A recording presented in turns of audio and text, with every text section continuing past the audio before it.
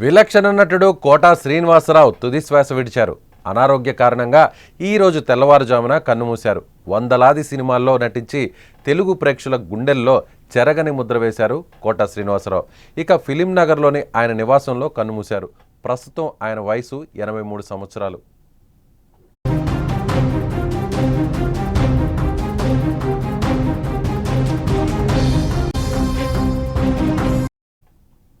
తెలుగు సినీ రంగంలో విలక్షణ నటుడిగా పేరొందిన కోటా శ్రీనివాసరావు 1942 జూలై 10న కృష్ణా జిల్లాలోని కంకిపాడులో జన్మించారు.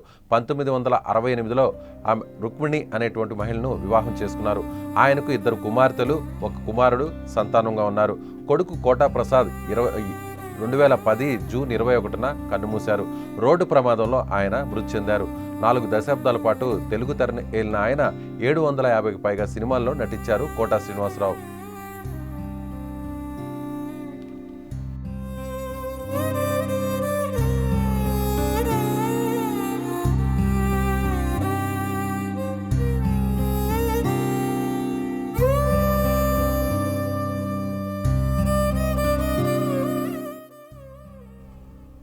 కోటా శ్రీనివాసరావు సినిమాల్లోకి రాకముందు భారతీయ స్టేట్ బ్యాంక్లో పనిచేశారు. తన నటనతో విలనిజానికి కొత్త భాషను చెప్పిన ఆయన రంగస్థల నటుడిగా ఎన్నో ఏళ్ల పాటు అలరించారు. ప్రాణం ఖరీదు సినిమాతో తెలుగు తెరకు పరిచయమయ్యారు కోటా. కెరీర్ తొలినాళ్లలో సహాయ నటుడిగా విలన్గా నటించారు. టాలీవుడ్ అగ్రహీరోలుగా ఉన్న సూపర్ స్టార్ కృష్ణ, చిరంజీవి, నాగార్జున, బాలకృష్ణ, వెంకటేష్, మహేష్ బాబు, పవన్ కళ్యాణ్, సాయి ధరమ్ తేజ్ వంటి పాత కొత్త తరం నటులతో కలిసి నటించారు. ప్రతిఘటన సినిమాతో ఆయన పేరు తెలుగు చిత్ర పరిశ్రమలో మారుమోగిపోయింది. ఆహనా పెళ్ళంట సినిమాలో ఆయనలోని మరో నటుణ్ణి వెలికితీసింది. అందులో ఆయన నటించిన పిసినారి పాత్ర నా భూతో నా భవిష్యత్ అన్నట్టుగా ఆయన నటించారు. ఇక ఖైదీ నెంబర్ 786, యముడికి మొగుడు, బొబ్బిలి రాజా, యమలీల, శివ, సంతోషం, బొమ్మరిల్లు, అతడు, రేసుగుర్రం, ఇంట్లో ఇల్లాలు, వంటింట్లో పిరిరాళ్ళు ఇలా అనేక సినిమాలు ఆయనకు ఎనలేని పేరు ప్రఖ్యాతులను తెచ్చిపెట్టాయి.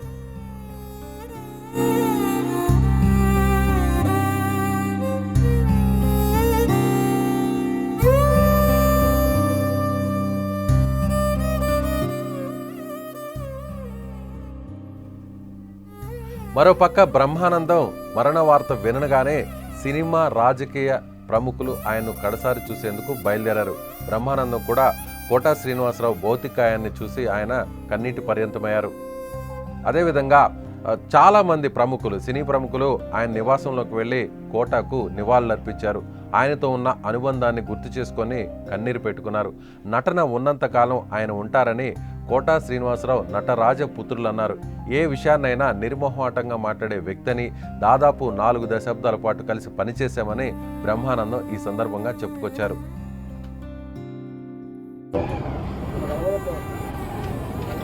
ఆయన ఒక మహానటుడు అని ప్రత్యేకంగా చెప్పాల్సిన పని లేదు. ఒక దశకంలో నేను, కోటా శ్రీనివాసరావు, బాబు మోహన్, మేము ముగ్గురం ప్రతి సినిమాలో ఉండేవాళ్ళం. రోజుకు 18-20 గంటలు పనిచేసేవాళ్ళం. ప్రతి లాస్ట్ 40 years 4 decadesగా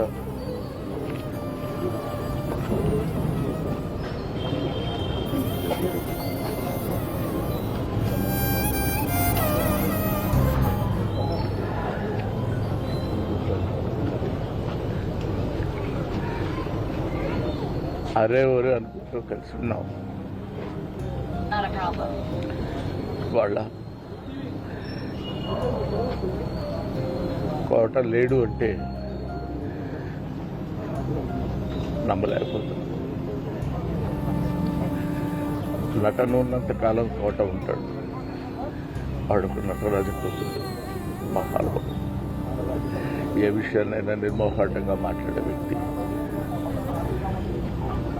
అటువంటి వ్యక్తిని కోల్పోవడం భారతదేశానికే, నటనా లోకానికే తీరని లోటు.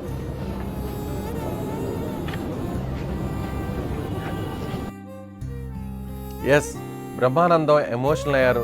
కోటాతో ఉన్నటువంటి తన అనుబంధాన్ని గుర్తు చేసుకుంటూ ఆయన కన్నీటి పర్యంతమయ్యారు. నటన ఉన్నంతకాలం నట రాజపుత్రుడు కోటా శ్రీనివాసరావు అని, భారతదేశం గర్వించదగ్గ నటులు కోటా శ్రీనివాసరావు అంటూ ఆయన చెప్పుకొచ్చారు. ముఖ్యంగా బ్రహ్మానందం, కోటా శ్రీనివాసరావు అనేక సినిమాల్లో కలిసి నటించారు.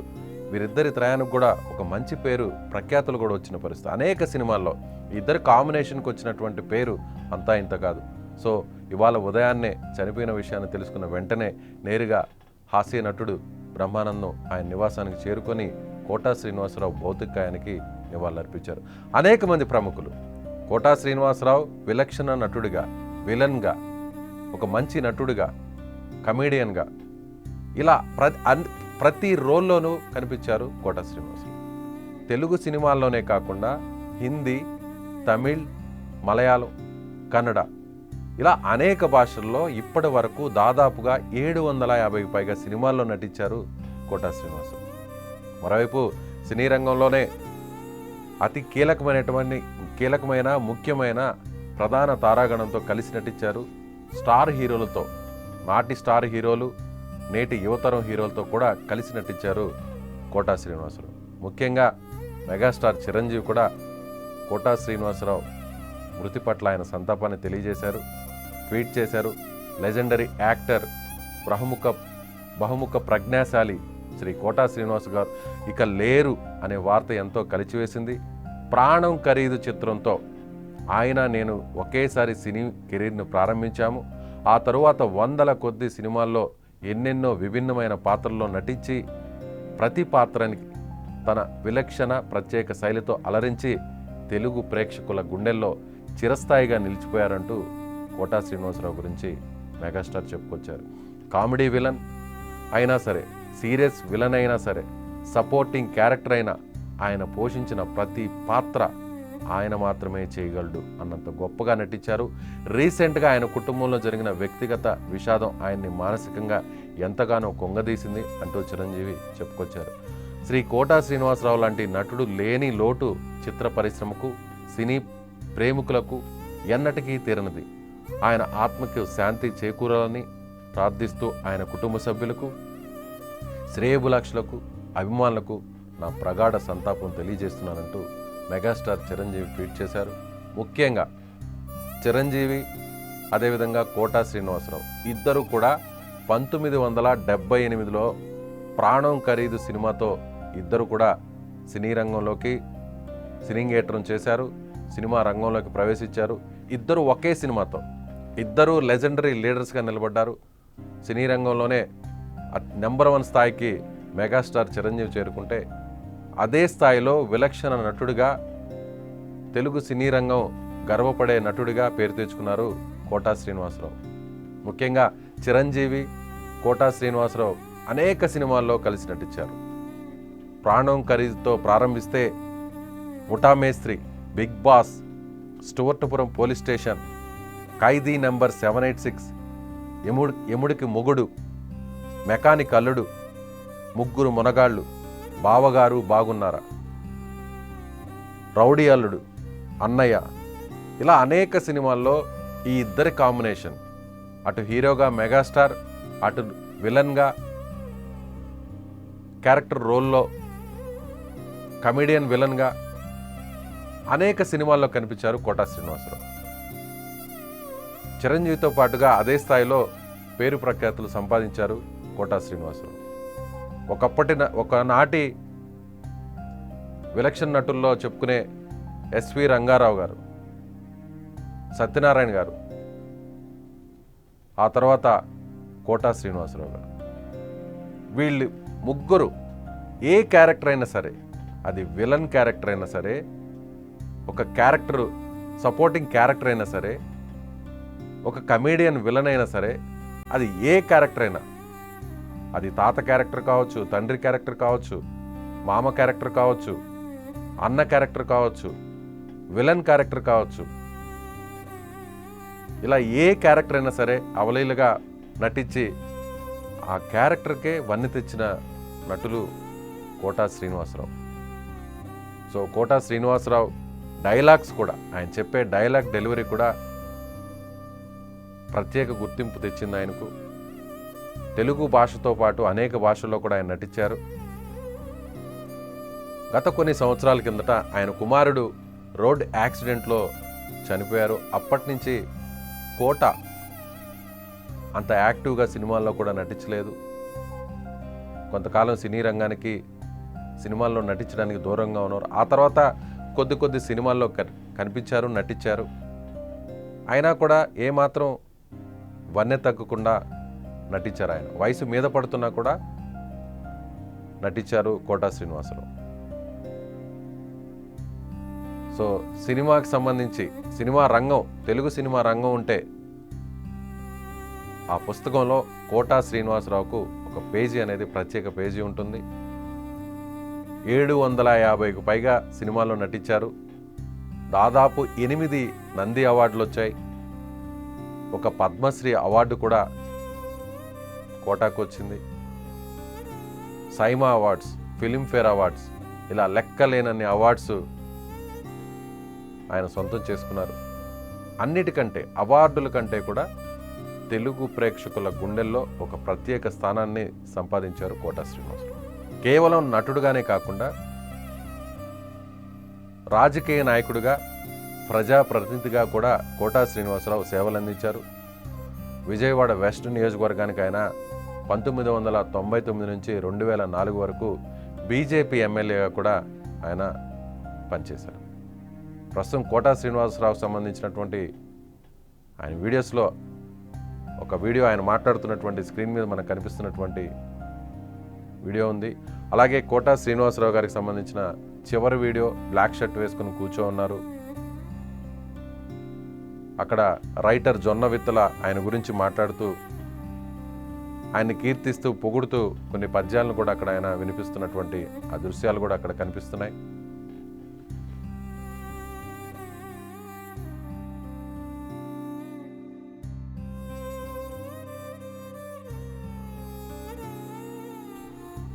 గత కొంతకాలంగా వయసు మీద పడడంతో ఇంటికే పరిమితమైన కోటా శ్రీనివాసరావు సినిమాల్లోనూ కనిపించకుండా కొన్ని రోజుల పాటు ఆయన దూరంగా ఉన్నారు. అనారోగ్యంతో బాధపడుతున్నారు. సో ప్రస్తుతం అక్కడ మనం చూడొచ్చు, సినీ ప్రముఖులందరూ కూడా కోటా శ్రీనివాసరావుకు నివాళులు అర్పిస్తున్న దృశ్యాలు. బ్రహ్మానందం ఆయన భౌతికాయానికి నివాళులు అర్పిస్తున్నటువంటి దృశ్యాలు అక్కడ కనిపిస్తున్నాయి. నిర్మాత అచ్చిరెడ్డి కూడా అక్కడే ఉన్నారు. రాజేంద్ర ప్రసాద్ కూడా అక్కడే ఉన్నారు.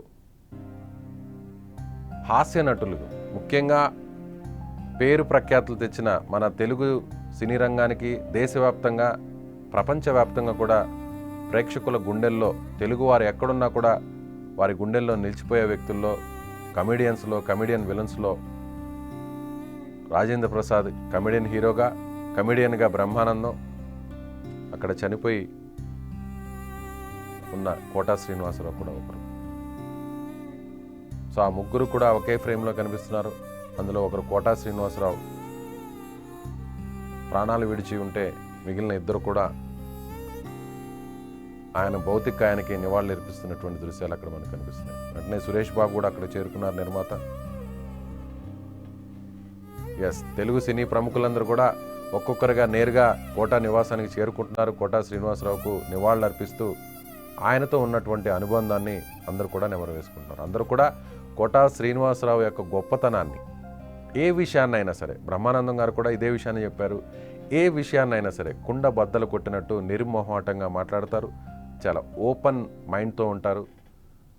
ప్రతి విషయాన్ని కూడా ఎక్కడా కూడా దాచిపెట్టుకోకుండా ఏ విషయాన్నైనా ముఖం మీద మాట్లాడే వ్యక్తి, గొప్ప వ్యక్తి కోటా శ్రీనివాసరావు. ఇదే విషయాన్ని సినీ ప్రముఖులు చెప్తున్నారు.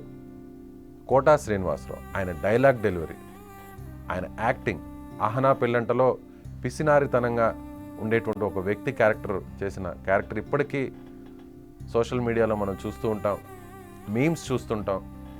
అలాగే అతడు సినిమాలో ఉన్న ఆయన చెప్పిన డైలాగ్స్ ఇప్పటికీ మనం చూస్తుంటాం. అలాగే బావగారు బాగున్నారా, చిరంజీవి గారితో నడిచిన సినిమాలో ఆయన డైలాగ్స్ ఇప్పటికి కూడా సోషల్ మీడియాలో ట్రోల్ అవుతుంటాయి. ఇప్పుడు కూడా మీమ్స్. నిజంగా కోటా శ్రీనివాసరావు గారు చనిపోవడం సుమన్ టీవీ కూడా ఆయనకు నివాళులు అర్పిస్తుంది. ఇలాంటి నటుడు, ఇలాంటి గొప్ప నటుడు కొన్ని దశాబ్దాల పాటుగా దాదాపు 40 సంవత్సరాల పాటు ఆయన సినిమాల్లో నటించి 750కి పైగా సినిమాల్లో నటించి తెలుగు జాతి గొప్పతనాన్ని దేశవ్యాప్తంగా ప్రపంచవ్యాప్తంగా ఆయన నటన ద్వారా అందించినందుకు సుమన్ టీవీ కూడా ప్రత్యేకమైనటువంటి నివాళులు అర్పిస్తుంది.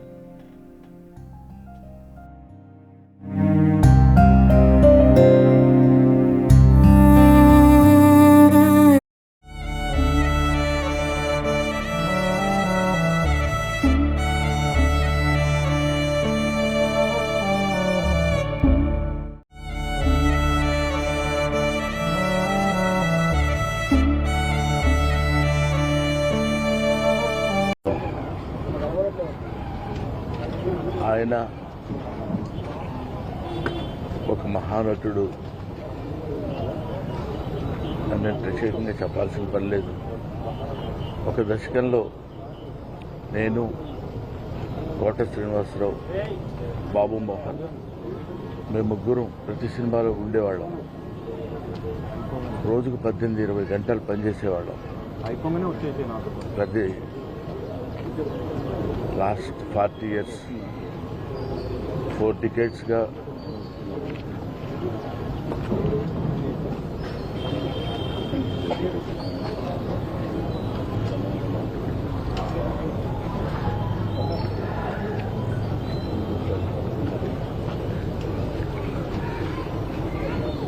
అరే ఒరే అనుకుంటూ కలిసి ఉన్నాం. వాళ్ళ కోట లేడు అంటే నమ్మలేకపోతున్నాం. నటన ఉన్నంత కాలం కోట ఉంటాడు.